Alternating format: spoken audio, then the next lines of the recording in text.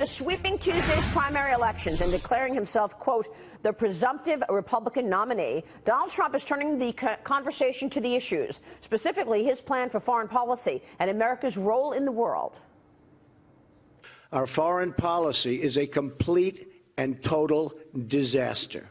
No vision, no purpose, no direction, no strategy.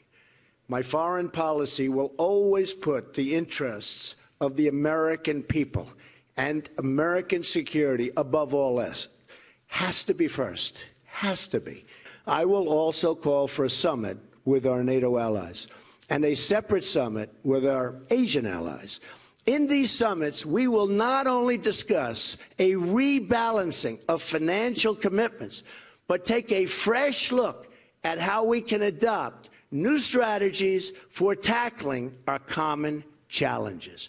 I will never send our finest into battle unless necessary, and I mean absolutely necessary, and will only do so if we have a plan for victory with a capital V. Let's bring in former CIA Director and former NSA Director, retired General Michael Hayden. General, good to see you. Thanks so much for joining us this morning. Good morning. First, your take on that speech last night. Well, with the cuts you just put on the air, Maria, who could disagree with any of that? Frankly, I think there's actually consistency between those kinds of things that Mr. Trump said yesterday and what anyone who would conduct American foreign policy would see as guideposts. I mean, we want to serve the American people. We want to make their lives better. We are open to new ideas. What I was missing, and Maria, I've read and reread the speech. It's actually fairly thin gruel. I want to know what specifically is going to change under a President Trump compared to a President Obama. Right. Yeah, and we didn't get that. Look, he said that he wants to have a summit of Asian allies, a summit of NATO allies. Obviously, he's talked a lot about NATO as it relates to financial commitments. What was your takeaway there? Yeah, he seemed to think that our relationships with our allies were pretty much grounded at the transactional level, frankly, at the deal-making level, when in reality they are part of an American strategic approach to different areas of the world.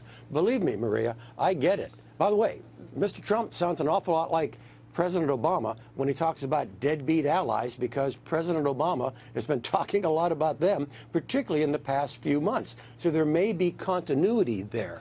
But this is not just a simple business arrangement. Right. We do these things because they are in our strategic interest. And so we need to be very careful about what criteria we use in terms of making a decision whether we stay or go from an important part of the world. Yeah, certainly we did not hear specifics in terms of taking ISIS down.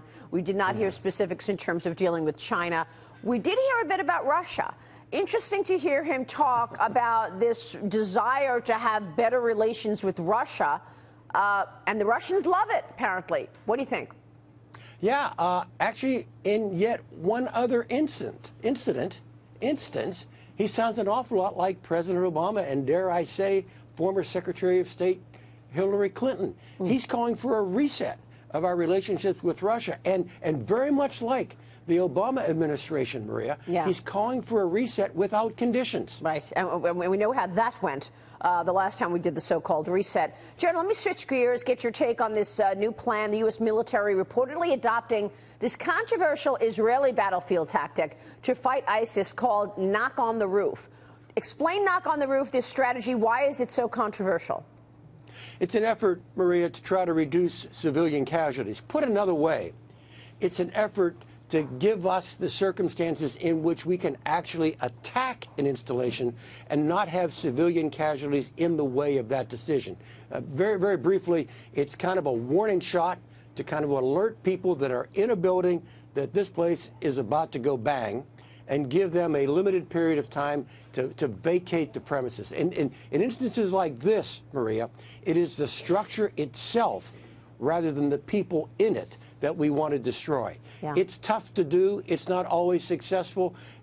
You can tip your hand at times and thereby deny yourself a tactical success, but I understand why we may want to adopt it. Again, it's in order to allow ourselves to actually attack the Islamic State more than we have been in the past. I see. And then there's Gitmo, the other big story of the morning. Now, South Carolina Governor Nikki Haley is going to testify today. She's testifying in front of Congress against the administration's choice to move Gitmo detainees to South Carolina. We've heard pushback from a lot of states. We're going to hear from Nikki Haley today, General. What's your take on Gitmo? The president wants to close it before he leaves office.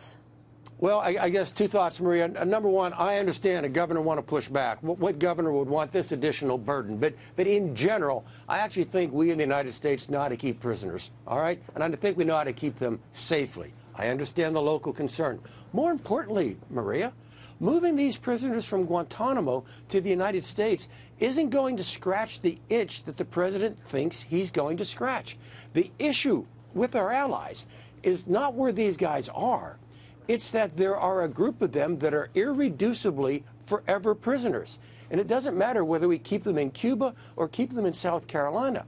Some of these people are too dangerous to release, and they're never going to face trial. So it's not going to solve the issue that the president might think it's going to solve. And especially since anybody that we've released already, most of them have gone back to the fight. Well, most is probably too big a word, but there has been a significant amount of recidivism. Exactly. And so I would be very concerned, Maria, that we're letting people go based on the expiration of a shot clock rather than calmly reasoning, good to go, not good to go. Yeah, well, very good reasoning on your part. General, good to see you. Thanks so much for joining us. Thanks. We appreciate it. General Michael Hayden there.